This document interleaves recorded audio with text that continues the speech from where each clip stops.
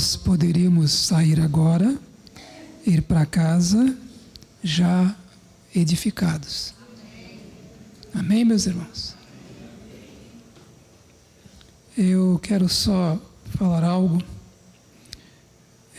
Primeiro que nós vamos, foi anunciado, eu creio, obrigado, irmão, ter uma semana de oração em setembro, na primeira semana de setembro, do dia 2, né? Terça-feira é dia 2, 2, 3, 4, até o dia 5, até sexta, de 2 a 5.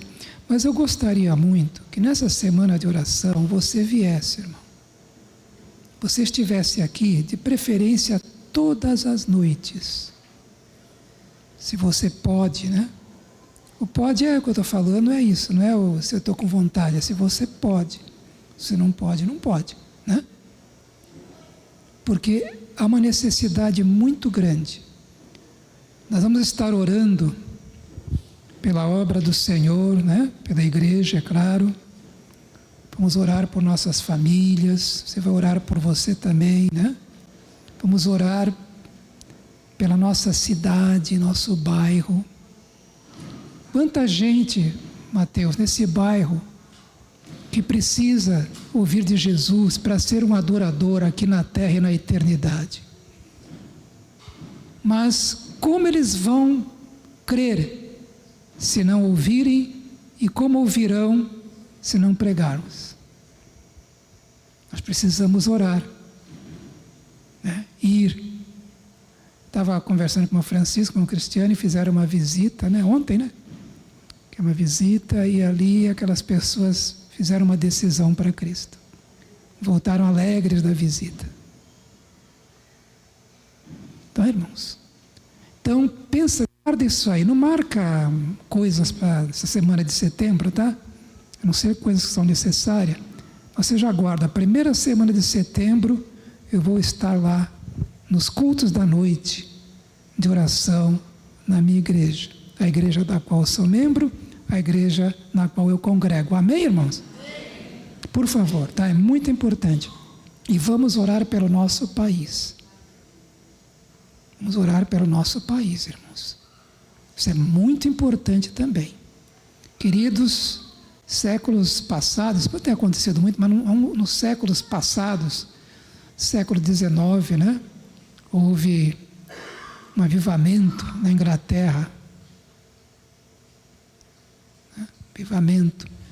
E a situação estava muito difícil, a ponto da coisa ficar brava. Mas um grupo se colocou em oração, pedindo a mão de Deus agir na nação, e Deus fez. Nos entendem, irmãos? Nós, igreja, é a nossa arma. A nossa arma é a oração, irmãos. E Deus faz quando a igreja ora. Deus é capaz de mudar a rota de uma nação ao ouvir as orações do seu povo. Então, por favor, tá, meus irmãos, levem isso a sério. Eu quero ler com vocês rapidamente aqui Êxodo 17. É sobre oração. O adorador, né? O verdadeiro adorador, irmãos, é alguém que ora. É alguém que ora. Por isso ele caminha, né? A vida dele no dia a dia, como deve ser, como um verdadeiro adorador. É um texto conhecido, eu sei que é. Eu sei que é. Essa vitória dos israelitas sobre os amalequitas. E a primeira coisa que nós precisamos entender é que nós estamos em guerra. A Bíblia é muito clara, e há certos tempos, tá? Momentos da história que a guerra é muito mais acirrada, como na sua vida. Como na sua vida. Há momentos na sua vida que a batalha se levanta com mais fúria, não é assim? É assim. Assim é na vida da igreja em geral, estou dizendo só dessa. Nós estamos em guerra. A gente percebe, quem faz uma leitura, né, ao redor, percebe que é um movimento muito forte, demoníaco, no mundo, né, influenciando a sociedade para a rebeldia, a desobediência, o mal mesmo contra Deus, mais e mais. Mas ao mesmo tempo, em lugares há uma obra do Espírito acontecendo. Como eu falei já para vocês, em alguns lugares da Europa, entre estudantes, né, universitários, na Índia, muita gente se converte, apesar da perseguição ferrenha. Na China, muita gente se convertendo. Está entendendo? Mas quando você vai ver, antes de Deus iniciar uma obra, uma ação poderosa dele, em toda a história tem sido assim. Antes ele levanta homens e mulheres para orar. Você pode investigar, em toda a história de avivamento, foi precedido de oração. Então aqui nós temos a vitória sobre os amalequitas, diz aqui em Êxodo 17, 8, que aconteceu que os amalequitas vieram atacar os israelitas, estavam caminhando, né? Tinham saído do Egito, destino Canaã, né? E vieram atacar eles. Então Moisés disse a Josué: escolha alguns dos nossos homens e lute contra os amalequitas. Então estamos em guerra. Amanhã tomarei posição no alto da colina, com a vara de Deus em minhas mãos. Veja que eles estavam encaminhando em direção a Canaã, a promessa de Deus. Nós estamos indo para Canaã espiritual, não estamos, de certa forma. Lembra que eu preguei sobre isso? Considerando a ideia de Canaã como nosso lar celestial. Então estamos no deserto indo para Canaã. Entende isso? E nisso os inimigos também vêm, assim como foi com os israelitas. Vêm para nos atacar. Satanás dá ordem aos seus demônios para atingir nossas vidas, nossa fé, esmurecer, esfriar, tá? Nos afastar da comunhão com Deus, nos fazer tropeçar em pecados, como igreja também. Ele faz isso, irmãos. Ele faz isso. Então estamos em guerra. E aqui houve essa guerra. E aí Deus deu a ordem. Deus não estava dormindo não, e nunca está. Ele vai dando orientação. Ele já deu essa orientação então para Moisés, porque aqui ele queria que acontecesse dessa forma. Moisés colocasse Josué com o exército para lutar contra os amalequitas, enquanto ele, Moisés, subia naquele monte, no alto da colina, se colocava ali em posição de intercessão, junto com Arão e Hur, que também subiram ali. E Deus tinha dado essa orientação para Moisés, e tinha dado essa dele ficar ali, com as suas mãos levantadas. E com as mãos levantadas, literalmente, era literal, mas era um símbolo de intercessão. Um símbolo de clamor a Deus, de oração, e creio que de adoração também. De louvor a Deus, de reconhecimento de quem Deus é. Um símbolo da fé, da confiança em Deus e da dependência de Deus. E ali estava Moisés, com as suas mãos levantadas. E era interessante que aqui o texto fala, versículo 11, que enquanto Moisés mantinha as mãos erguidas, os israelitas venciam. Mas quando ele abaixava, os amalequitas é que venciam. Irmão, isso tem uma lição para a gente. Você talvez esteve numa fase de, como é que eu posso dizer, aquecimento espiritual, um fervor espiritual, e as suas mãos estavam levantadas.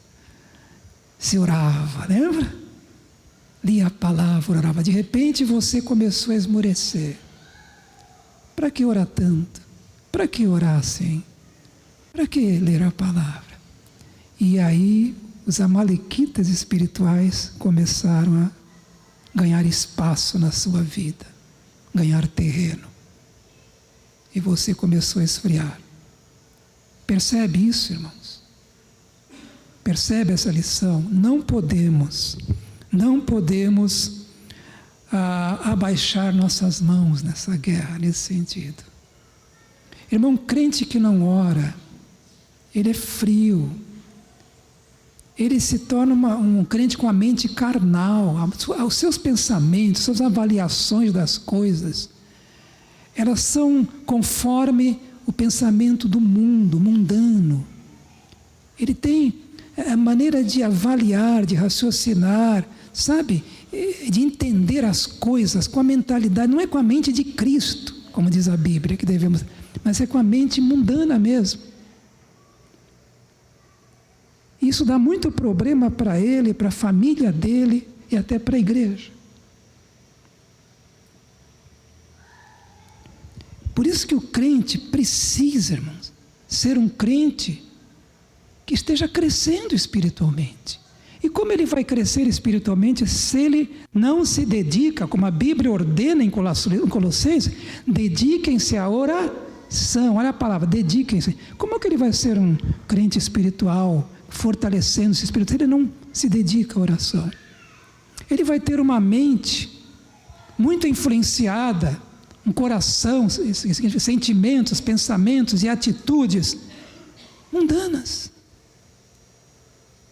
Isso é muito triste, isso é muito ruim para ele, para os que o cercam e para a congregação, para a igreja do Senhor em geral. Então nós precisamos de verdadeiros adoradores, que adorem o Senhor em espírito e em verdade, e que incluem nesse verdadeiro adorador a vida de oração. Eu nem posso dizer vida, a oração. A oração.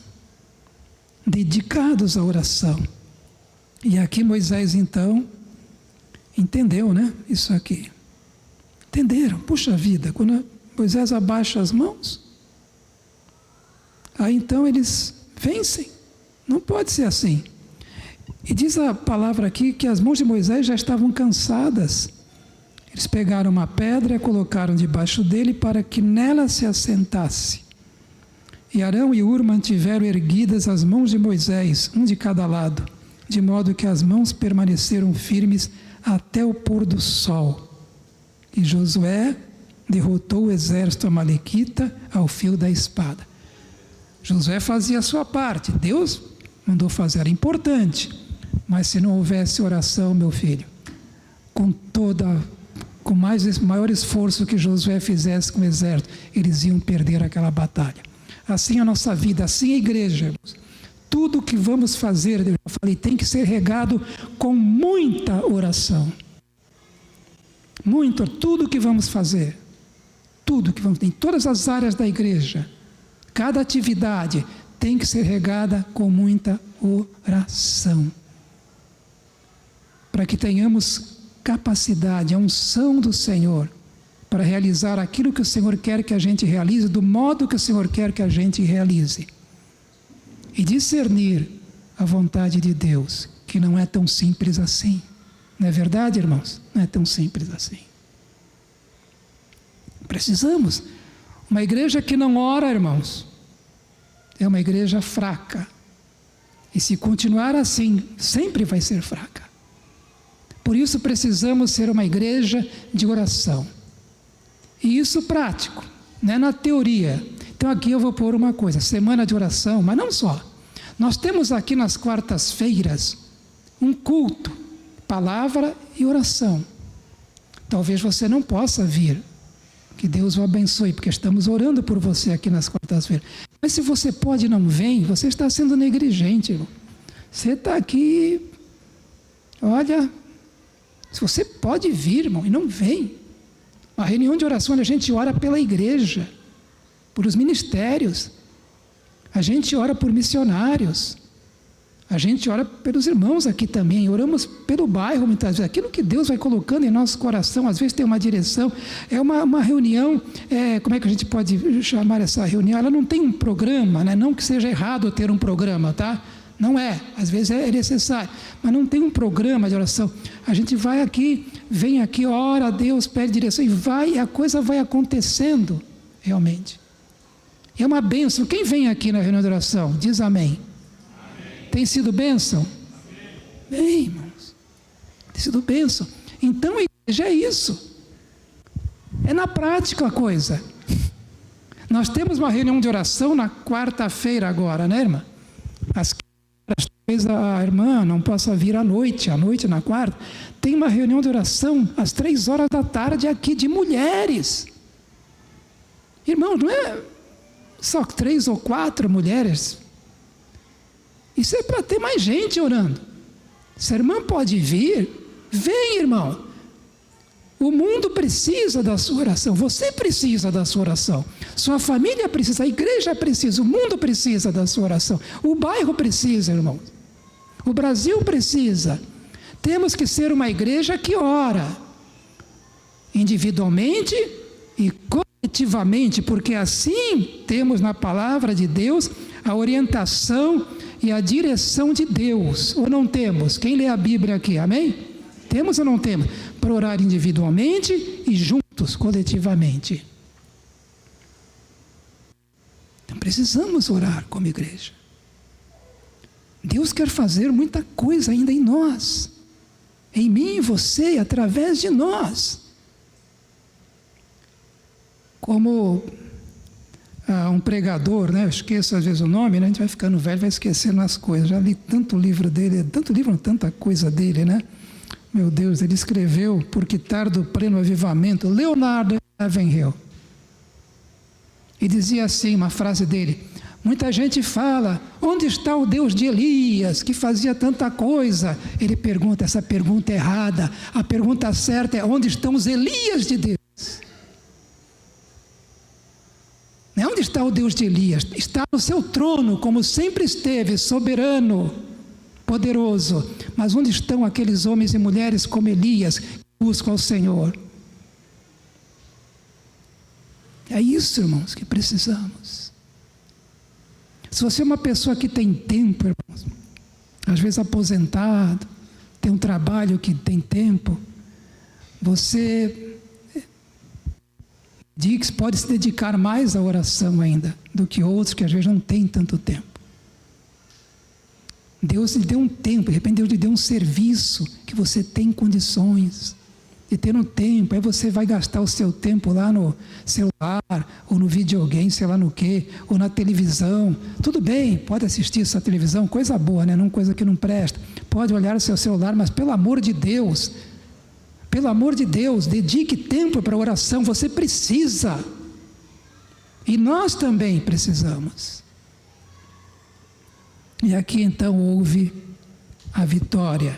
E assim é, e assim será na minha vida, na sua vida, na nossa família, na nossa igreja, se nós nos dedicamos, levantamos as nossas mãos de uma maneira simbólica. Às vezes até levanta, né? Mas estou falando de uma maneira simbólica. Levantamos nossas mãos diante do Senhor. Com certeza, nós experimentaremos muitas vitórias da parte de Deus. Grandiosas vitórias, milagres do Senhor. Bênção sem fim. Amém, igreja? Vamos ser gente de oração. Tem esqueci. Não podia esquecer. Aqui tem um grupinho que vem cedo. Como é bom esse grupinho. Lógico, não dá para ver muita gente. Mas às vezes tem 3, às vezes tem 2, 3, às vezes tem 4. Elas vêm aqui para aquela salinha ali e ficam orando pela gente, pelo culto. Como será que Deus vê isso? Hein? Puxa, isso deve fazer, como diz o livro, Deus sorrir, né? Talvez você possa se juntar. E de vez em quando vir falar com as irmãs: olha, irmão, cabe mais uma ali na salinha, né? Eu quero estar aí com vocês, orando, intercedendo pelo culto. É isso, irmãos. É isso. Mas, sobre oração, Mais uma coisinha aqui.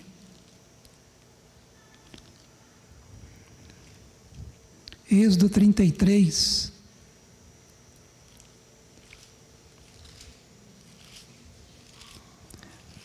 Nós temos aqui um verdadeiro adorador. Moisés era um verdadeiro adorador. Um homem que andava com Deus em obediência, em fé, em santidade. E aqui, Êxodo 33, fala sobre a tenda do encontro. Já falei sobre isso, meus irmãos. Irmãos, o Mateus, ele trouxe essa mensagem aqui. Sabe por quê? É porque ele achou que essa mensagem iria ser bonita e os irmãos iriam gostar muito do pregador. Não. Ele trouxe essa mensagem porque ele, de repente, andou olhando lá um livro. Acho que isso aqui é bom, hein? Funcionou naquela igreja, diz que teve essa mensagem, todo mundo ficou com... Não, porque ele buscou a Deus. Estou falando porque eu creio nisso mesmo. Ele buscou a Deus e pediu a Deus: Senhor, o que o Senhor quer falar à igreja esta noite? Foi isso ou não foi? Ele, na simplicidade dele, colocou ali, e o Senhor falou com a igreja esta noite através dele. Amém? Deus falou para a igreja porque é importante a igreja ouvir, não parte da igreja. Espero que aqueles que não vieram ao culto, depois vão lá no YouTube e ouçam, porque Deus tinha um recado para a igreja, falar sobre essa questão do verdadeiro adorador, especialmente nos momentos de tristeza e momentos de alegria. E muitas coisas que ele falou aqui, coisas que eu, glória a Deus ali. Para a igreja. Isso aqui também tem a ver, oração. Deus está chamando esta igreja para oração. Só falta Deus desenhar para a gente entender. Eu quero fazer coisas na vida de vocês, através de vocês, mas eu quero que vocês... Está faltando oração. Entendeu, irmãos? Recado? Essa igreja não está orando como ela pode orar, como deve orar. Estou falando com convicção. Talvez um ou outro aí escape disso. Busque ao Senhor em oração. E sua vida, sabe, vai transformar, vai ser transformada. Seu coração vai ser renovado. Essa sequidão aí, irmão, vai acabar. Vai ter rios de água viva. Essa frieza, meu Deus, vai vir um fogo do céu no seu coração.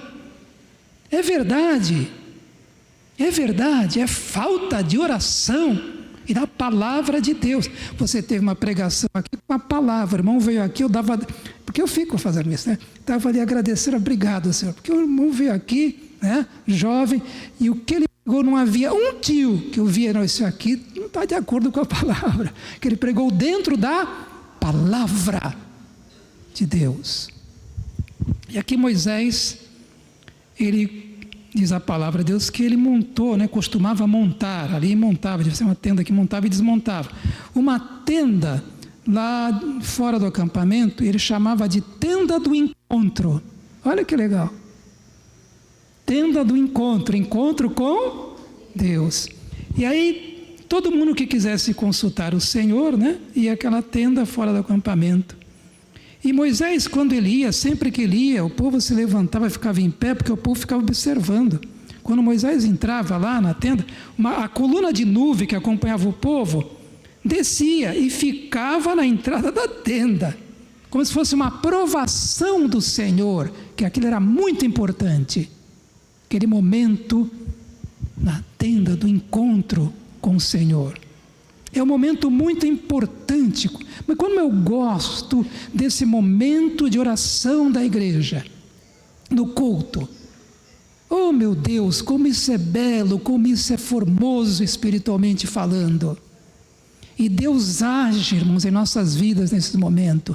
Irmãos, como é belo, como é maravilhoso aquele momento seu aos pés de Cristo Jesus, lá na sua casa, seja no quintal, na sala, na cozinha, sei lá onde, você está lá sós com Deus. Que maravilha aquilo é, irmãos. Que coisa gloriosa aquilo é. A coluna de nuvem desce sobre aquele momento ali, não é isso?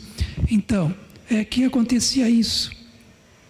Descia e o povo via, né? E o Senhor diz aqui, falava com Moisés, face a face, como quem fala com seu amigo. Irmão querido, irmão amado, você deseja crescer, você deseja um fortalecimento, você deseja um aperfeiçoamento, você deseja uma abundante comunhão com Deus? Diz amém. Então busque a face do Senhor, meu irmão, em oração, e você vai ver a glória de Deus. E você vai ver que quando Jesus disse que você é amigo dele, não era uma coisa, apenas uma conversa. Você precisa, irmãos. Há cristãos que às vezes estão distantes do Senhor. Oh, que pena!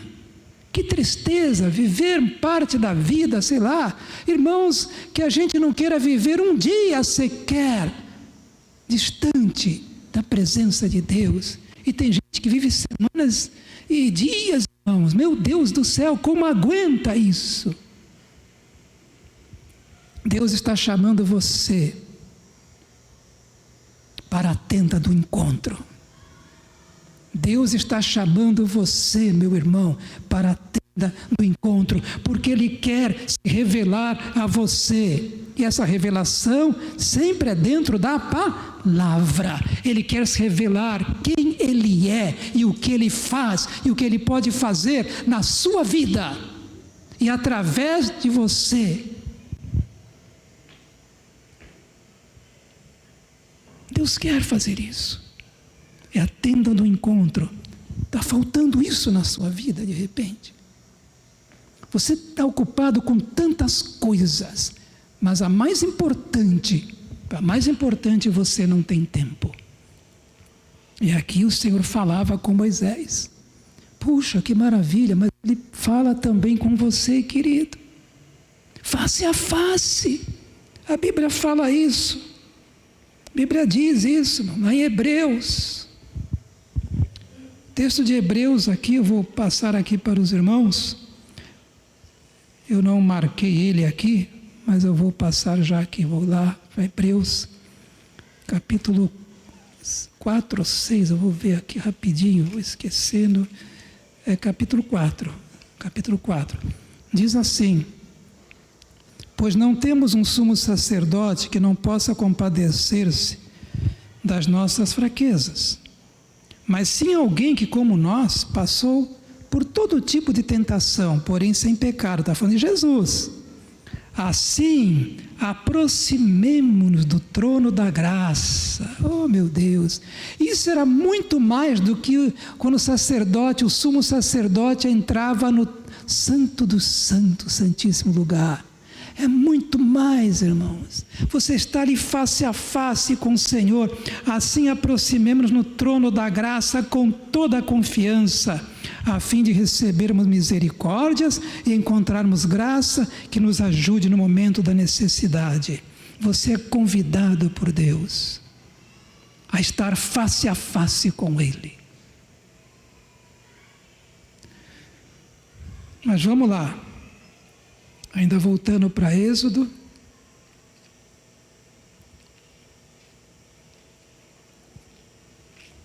(33), e aí continuando, né? Continuando, veja o que diz adiante no versículo 12, diz assim: Deus fala com Moisés e diz: eu o conheço pelo nome, e de você tenho me agradado. Que coisa linda isso, né, irmão? Irmãos, Deus conhece você, você é uma ovelha dele, mas às vezes a gente está tão distante, irmão. Sabe? A gente não tem aquela amizade com o Senhor. Ou não tem aquela proximidade de filho com o pai. Sabe aquele filho que é muito distante, às vezes, do pai? A gente se comporta assim, às vezes, irmão. Deus quer algo novo na sua vida.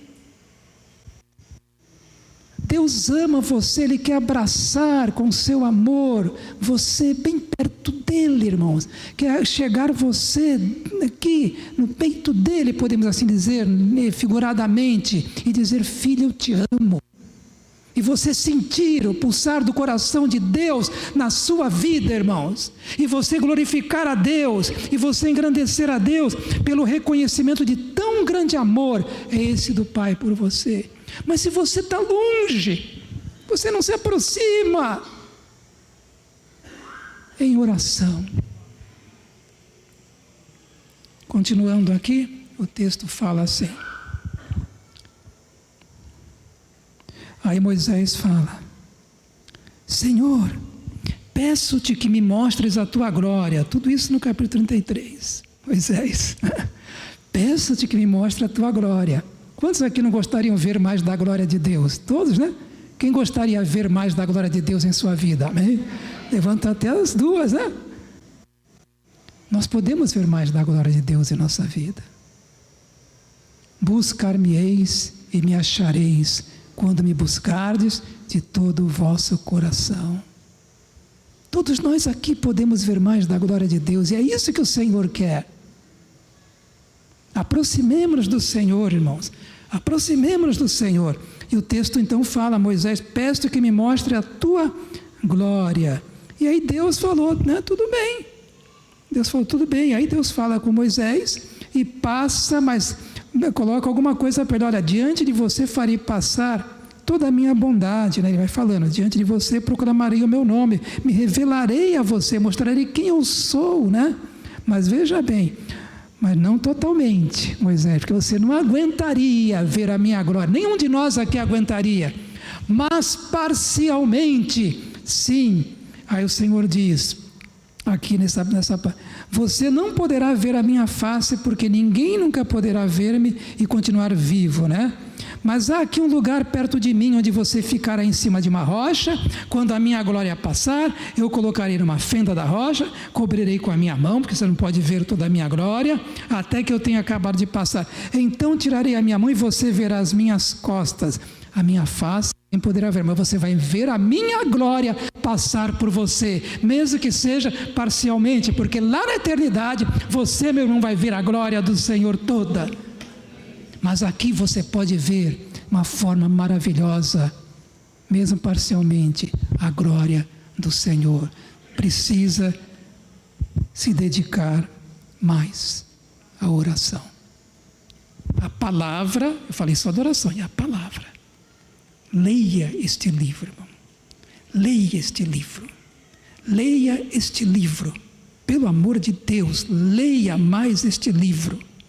Reflita nele, pense nele, que ele entre no seu coração e seja um homem e uma mulher de oração, para a glória de Deus. O Senhor Jesus, terminando aqui, lá no Getsemane, lembra?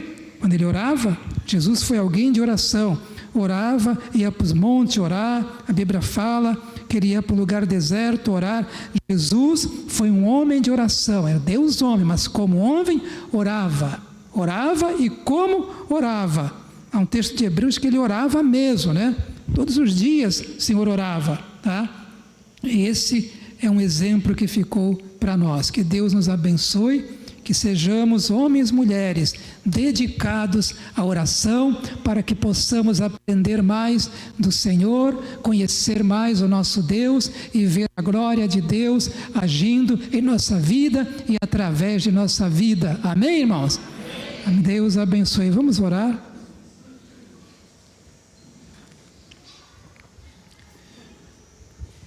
Coloque sua vida agora e diga: Senhor, né? Mateus já falou sobre isso. Você não consegue orar por você mesmo, irmão. Você sabe disso. Você tem que depender de Deus, da graça. Você peça ao Senhor: Senhor, me leva a ser um homem e uma mulher que ora. de acordo com a tua vontade, da maneira do Senhor. Você aprende a orar pela Bíblia, viu, irmão? Também. Que o Espírito Santo seja o meu professor de oração. Oh Deus, renova-me. Renova o meu coração. Pede ao Senhor. Acende em mim esse fogo, esse desejo de orar.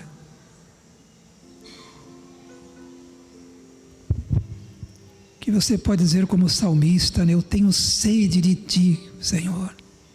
Tenho fome, né? Sede de Ti.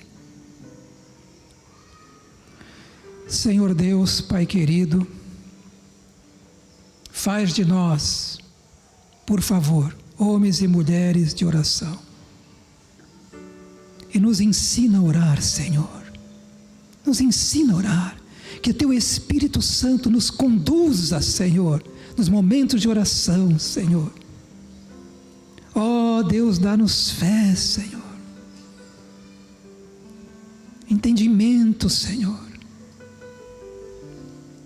Pai querido, Pai amado, queremos ver, sim, mais da Tua glória em nossa vida. Desejamos isso, Pai. Como diz o salmista, minha alma tem sede de Ti, assim como a corça anseia pelas águas, a minha alma anseia, tem sede de Ti, Senhor. Nós precisamos do Senhor, da Tua maravilhosa graça, do Teu poder. Precisamos, Senhor, da Tua presença nos envolvendo, nos enchendo. Ó Deus querido, vai nos abençoando, abençoa esta igreja, cada irmão, cada irmã, Senhor amado. Ó Deus, que haja uma renovação em nosso ser, que haja um avivamento espiritual, Pai, nesta igreja, Senhor. Em nome de Jesus. E a igreja diz: que Deus abençoe os irmãos. Dá graça e paz em nome de Jesus.